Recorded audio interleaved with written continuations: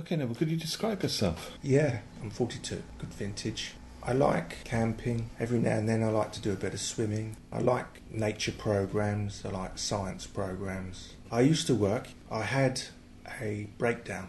I suffer with epilepsy. I've had it for 25 years. And at one point I just couldn't cope with work and the strains of trying to keep myself medicated and having seizures. Could you describe your first picture? The first picture we're looking at is called Polar Bear. When I became ill, I also became unable to pay my rent at my independent living. I eventually ended up in a halfway house, and it was there that I took up painting as a hobby on a more interesting level. And this was one of the first paintings that I did there, and it's special to me because it described a lot of my feelings at the time, like this feeling of being constantly cold even when everything else was happy and warm around me, sort of thing.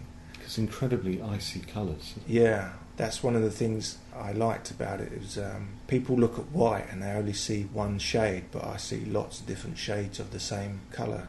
The more I looked into it, the more I found that I could pick out the different shades of cold, if you like. And the polar bear itself is about 5 pictures put into one. I took a piece of this polar bear, a bit of that polar bear, and made it into one figure. The polar bear would be insulated against the cold, is that important? That's feeling of warmth is what I wanted, feeling of comfort. Neville, could you describe your second piece of work? This picture is called Man in the Rain. While I was at this halfway place, I decided to go to college to do some art BTEC. It was one day coming back from that college course. It was really raining hard.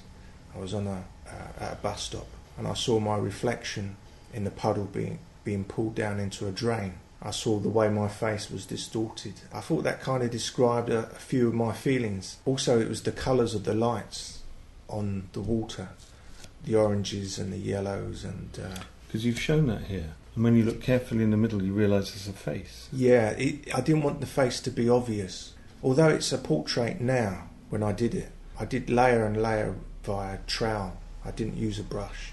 This also is important to me because I started going into texture with painting, which is more what I'm into now. Is like I like the idea of paints being sculptural. If I could sculpture with paint, I would, you know. That's where I'm aiming. Both of the pictures you've shown us are very much about feelings on there, and actually about quite difficult feelings. Yeah. Is it important, do you think, to be able to find a way of expressing those difficult feelings? Yeah, it is. It's a chance to speak without using words. And does that help? Yes, it helps you make sense of what's around. It's like bouncing a ball off a wall. You can catch the idea back. It's a useful tool in describing pain. What I found for me was when I was in pain, I couldn't describe to other people what I was feeling or what I was thinking. What would you say to people who would say, well, this is all quite depressing?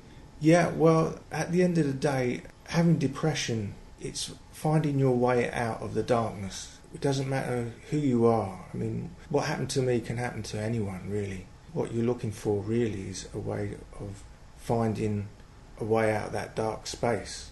You've got to use every tool and any tool you can to make yourself better. It's all about self-maintenance. How's your life now? A lot better. Things have eased up on the epilepsy side. Although I still have seizures and I still have problems with epilepsy, I cope with it differently. I'm doing voluntary works at the moment at a hospital, just helping patients on a ward do some art. Mainly design little projects for them to do. Does voluntary work help you? Yeah, it does. Basically, voluntary work gives me experience in the field that I want to be in, sort of thing.